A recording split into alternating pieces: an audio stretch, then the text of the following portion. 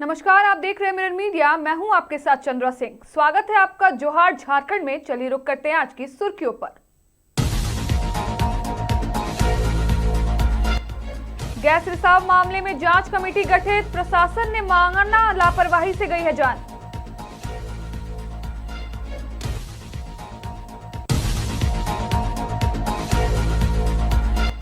साजिश या हादसा, कर्मटाड़ में 2 किसानों का 70% धान जलकर राख, पीड़ित ने साजिश की जताई आशंका।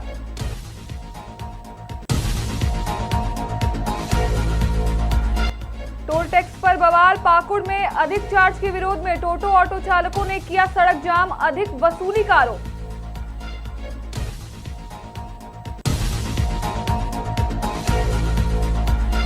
अफवाहों पर विराम, विधानसभा सत्र से पहले सर्वदलीय बैठक, सीएम और विपक्ष ने लिया भाग।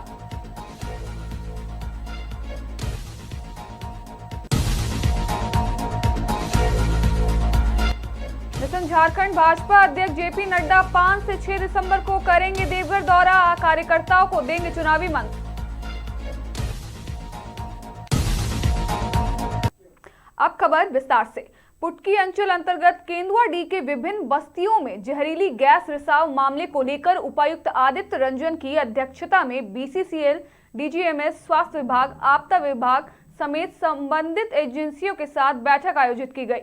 उपायुक्त ने स्थिति की गंभीरता को देखते हुए और यह मानते हुए कि राहत एवं बचाव कार्य में समुचित तत्परता का अभाव था, तत्काल जांच समिति का गठन किया गया है। प्रारंभिक सूचना और निरीक्षण में बीसीसीएल प्रबंधन एवं संबंधित एजेंसियों के बीच समुचित समन्वय का अभाव देखा गया है। उपायुक्त ने कहा कि जांच के क्रमवार में यह पता लगाया जाएगा कि किसकी लापरवाही से लोगों की जान गई है। जांच रिपोर्ट के आधार पर कार्रवाई सुनिश्चित की जाएगी। इसके अलावा प्रभावित क्षेत्रों से लोगों को तत्काल सुरक्षित जगह शिफ्ट किया जाएगा। इसके लिए एरिया जीएम बीसीसीएल को तत्काल टेंट सीटू निर्माण करने हेतु निर्देशित किया गया है, जहां ठंड से बचने पानी, खाना, बिजली और शौचालय की व्यवस्था होगी। साथ ही 24 घंटे एम्बुलेंस और डॉक्टर की व्यवस्था करने के भी निर्देश दिए गए हैं।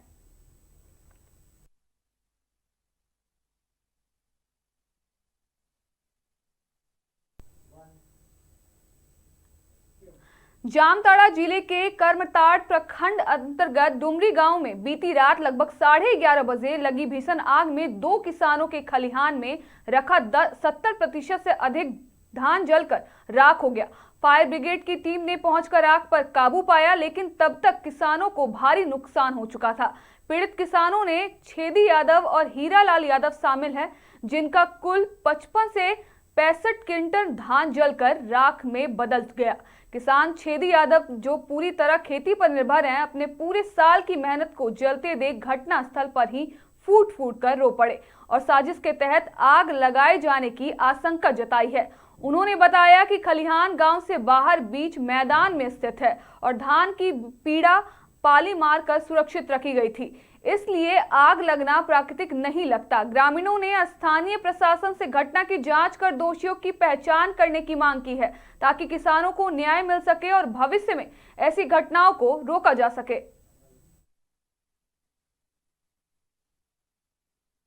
खलियार में हम लोग धान ला के रखे थे खेत से, और हम लोगों को पता कल चला कि हमारे ही गोतिया में बगल में भाई लगेंगे, वो टॉयलेट करने के लिए निकला था तो देखा कि पूरा आग रात में वही 11:15 बजे लगभग, तो वही देखा तो हम लोगों को खबर दिया तो आए हम लोग दौड़ के।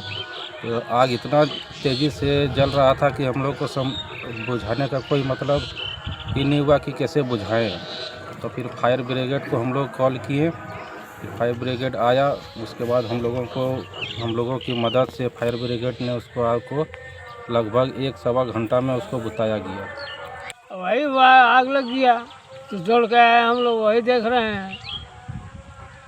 कितना नुकसान हुआ होगा लगभग, क्या चीज़? नुकसान हमको कम से 40-45 के लगभग है, 50 के लगभग भी हो सकता है। पाकुड़ के हिरणपुर प्रखंड अंतर्गत मोहनपुर मोड़ के पास गुरुवार को दर्जनों टोटो ऑटो चालकों ने मुख्य सड़क जाम कर दिया। चालकों ने नगर परिषद टोल टैक्स में अचानक अधिक प्रवेश चार्ज लिए जाने और दुर्व्यवहार किए जाने के विरोध में यह कदम उठाया। चालकों का आरोप है कि नगर परिषद ने अचानक टोटो ऑटो का प्रवेश चार्ज 30 रुपए से बढ़ाकर 66 कर दिया है, जिसे वे देने में असमर्थ हैं। चालकों ने यह भी शिकायत की कि टोल टैक्स के कर्मी उनके साथ दुर्व्यवहार करते हैं। सड़क जाम होने से पाकुड़ हिरणपुर मुख्य सड़क पर गाड़ियों की लंबी कतारें लग गई, जिससे राहगीरों को काफी परेशानियों का सामना करना पड़ा। सूचना मिलते ही मौके पर पहुंची पुलिस ने सभी चालकों को समझा बुझाकर सड़क जाम को हटवाया और यातायात सुचारू कराया। चालकों ने चेतावनी दी है कि अगर बढ़ी हुई दरें वापस नहीं ली गई तो वे आगे भी विरोध प्रदर्शन जारी रखेंगे। कि जो है हम लोग को मनमानी टूल टैक्स लिया जा रहा है, जो कि हम लोग को टूल टैक्स के साथ साथ जो है गाली गलौज मायाबंद सब लेके करता है वो। ऊपर से अगर एक दिन अगर कभी बाकी रह जाता है तो उसके दूसरे दिन भी लेता है। अगर वो बोलते आके देंगे तो वो कहता है कि नहीं अभी दो, नहीं तो पूरा माए बहन का गले के गाली देता है वो। और इसी के मनमानी के चलते जो है जो हम लोग रोड को जो है मोहनपुर में जाम किए हुए हैं। पता चला कि मतलब मोहनपुर मोड़ में रोड जाम किया गया है, तो थाना परिवार के जो आदेशानुसार हम लोग आए। इसके बाद जब पता चला कि नहीं वहाँ जो नगर पालिका में कुछ टोटो वाला या ऑटो वाला से या पार्किंग वाला से ज़्यादा फाइन काटा जा रहा है, इसलिए मुद्दा को लेके जो है ये लोग रोड जाम किया। झारखंड विधानसभा का शीतकालीन सत्र कल से शुरू हो रहा है। इसके सुचारू संचालन को सुनिश्चित करने के लिए विधानसभा अध्यक्ष रविंद्रनाथ महतो ने सभी दलों के विधायक दल के नेताओं और प्रतिनिधियों के साथ एक सर्वदलीय बैठक की। बैठक में मुख्यमंत्री हेमंत सोरेन और नेता प्रतिपक्ष बाबूलाल मरांडी सहित अन्य नेता शामिल हुए। विधानसभा अध्यक्ष ने कहा कि कल से शुरू हो रहे सत्र में कई विधेयक लाए जाएंगे और इन्हें सुचारू रूप से पारित कराने के लिए आज सभी दलों के साथ चर्चा की गई है। वहीं संसदीय कार्य मंत्री राधाकृष्ण किशोर ने पिछले कुछ दिनों से झारखंड की सियासत में चल रही अफवाहों पर विराम लगाने की कोशिश की। उन्होंने आश्चर्य व्यक्त करते हुए कहा कि आखिर सरकार की स्थिरता को लेकर इस तरह की बातें कहां से आई। उन्होंने सभी दलों से सत्र के दौरान सहयोग बनाए रखने और सार्थक चर्चा पर ध्यान केंद्रित करने की अपील की।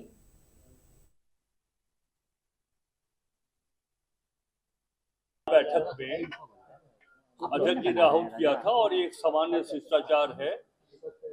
जैसे कोई भी बजट सत्र हो, चाहे वो मूल बजट सत्र हो या ग्रीष्मकालीन हो या फिर शीतकालीन सत्र हो, मानसून सत्र हो, तो अध्यक्ष जी बैठक बुलाते हैं अधिकारियों के साथ। एक दिन जो कल संपन्न हुआ, आप सबों को जानकारी है कि कल के बैठक में क्या निर्णय हुए, किस तरह से सदन को व्यवस्थित ढंग से चलाया जाएगा, उस पर बातें हुई। आज सर्वदलीय बैठक थी।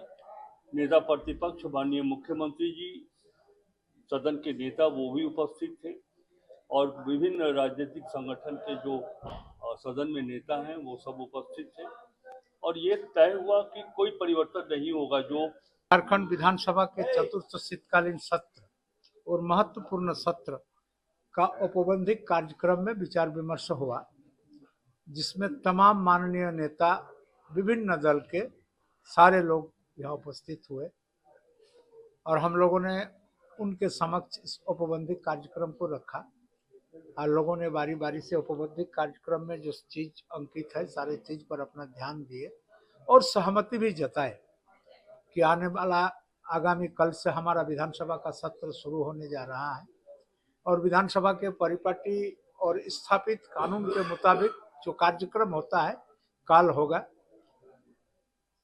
यानी जो हमारे बीच नहीं है, चले गए, उनका जो कंडोलेंस प्रस्ताव आएगा उस पर चर्चा होगा और उसके बाद शनिवार और रविवार पड़ रहा है, सोमवार से फिर से हमारा कार्यक्रम शुरू होगा। भारतीय जनता पार्टी के राष्ट्रीय अध्यक्ष जेपी नड्डा के देवघर आगमन को लेकर शहर में व्यापक तैयारियां की गई है। जिला अध्यक्ष सचिन रवानी ने बताया कि 5 और 6 दिसंबर को उनके इस दौरे को लेकर कार्यकर्ताओं में अत्यधिक उत्साह का माहौल है। 5 तारीख को नड्डा जी के देवघर पहुंचने के तुरंत बाद वह बाबा बैद्यनाथ धाम मंदिर में पूजा अर्चना करेंगे। 6 तारीख को भाजपा के नए जिला कार्यालय का विधिवत उद्घाटन किया जाएगा। उद्घाटन के पश्चात वह पार्टी कार्यकर्ताओं को संबोधित करेंगे। इस संबोधन में वह संगठन सुदृढ़ीकरण, आगामी राजनीतिक कार्यक्रमों और झारखंड में भाजपा की भविष्य की रणनीतियों पर मार्गदर्शन देंगे। जिला अध्यक्ष ने विश्वास जताया कि उनके आगमन से कार्यकर्ताओं में नई ऊर्जा का संचार होगा और संगठनात्मक गतिविधियों को नई गति मिलेगी, जो आगामी चुनावों के लिए महत्वपूर्ण है।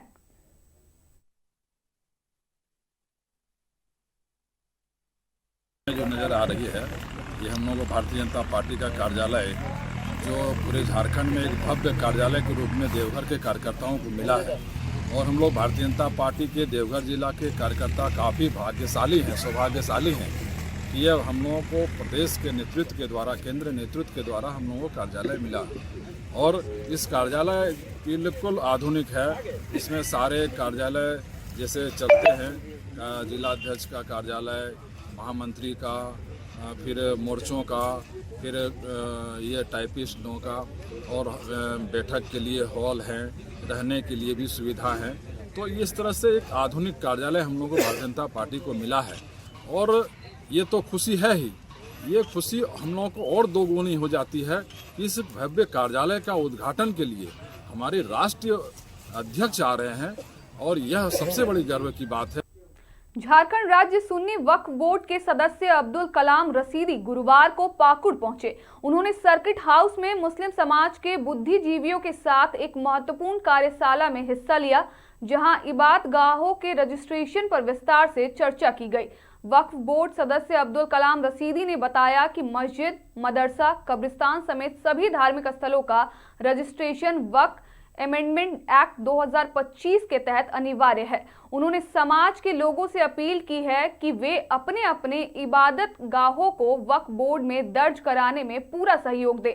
रशीदी ने जोर देकर कहा कि एक्ट में दर्ज प्रावधानों का पालन किए बिना आने वाले दिनों में किसी भी सरकारी कार्रवाई से बच पाना मुश्किल होगा, क्योंकि सरकार वक्फ संपत्तियों के संरक्षण को लेकर गंभीर है। उन्होंने जानकारी दी कि झारखंड के कल्याण मंत्री, वेलफेयर सेक्रेटरी और वक्फ बोर्ड के सदस्यों के साथ बैठक कर रजिस्ट्रेशन को लेकर कई अहम निर्णय लिए गए हैं। इमरान तमाम लोगों के साथ ये निर्णय लिया गया कि वक्फ अमेंडमेंट एक्ट 2025 के अंतर्गत और नोटिस के नोटिफिकेशन के में दिए गए निर्धारित तिथि 5 दिसंबर 2025 से पहले जितने भी हमारे वक्फ का 150 से ज़्यादा प्रॉपर्टी जो रजिस्टर्ड है झारखंड में वक्फ बोर्ड में, उनका पुनः जो है उम्मीद पोर्टल पर चढ़वाने का निर्णय लिया गया। और इसके लिए राज्य स्तरीय कैंपेन चलाया जा रहा है, जिसमें वक्फ बोर्ड के मेंबरान को विभिन्न जिलों में जाकर के वक्फ रजिस्ट्रेशन के लिए जागरूकता और उसको व्यवहारिकता देने के लिए हुआ है। इस सिलसिले धनबाद के बेलगड़िया टाउनशिप में डीसी आदित्य रंजन और एसएसपी प्रभात कुमार ने नए बेलगड़िया टीओपी का उद्घाटन किया। उद्घाटन के बाद डीसी और एसएसपी ने टाउनशिप निवासियों से मुलाकात कर उनकी समस्याएं सुनी और सुरक्षा तथा सुविधाओं से जुड़ी हर शिकायत का समाधान प्राथमिकता के आधार पर करने का भरोसा दिलाया। डीसी आदित्य रंजन ने कहा कि सरकार का लक्ष्य बेलगड़िया में बेहतर सुविधा और एक सशक्त प्रशासनिक व्यवस्था विकसित करना है। उन्होंने बताया कि छोटे मामलों के लिए दूर थाना ना जाना पड़े, इसीलिए टीओपी की शुरुआत की गई है और भविष्य में यहां नगर पालिका गठित करने पर भी विचार किया जा सकता है। एसएसपी प्रभात कुमार ने बताया कि टाउनशिप में बड़ी आबादी बस चुकी है, इसलिए स्थानीय स्तर पर मजबूत पुलिस व्यवस्था जरूरी थी। फिलहाल 2 पदाधिकारी और 8 पुलिसकर्मी 24 घंटे तैनात रहेंगे।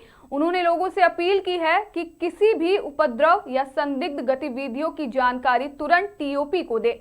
गश्त को मजबूत करने के लिए पेट्रोलिंग बाइक भी उपलब्ध कराई जाएगी। अभी हम लोग कोशिश कर रहे हैं, बेलगड़िया में आज टीओपी का उद्घाटन हुआ एसएसपी साहब यहाँ तो हमारे यहाँ तो, और भारत सरकार का और राज्य सरकार का मंशा है कि यहाँ के लोगों को सुरक्षा प्रदान की जाए।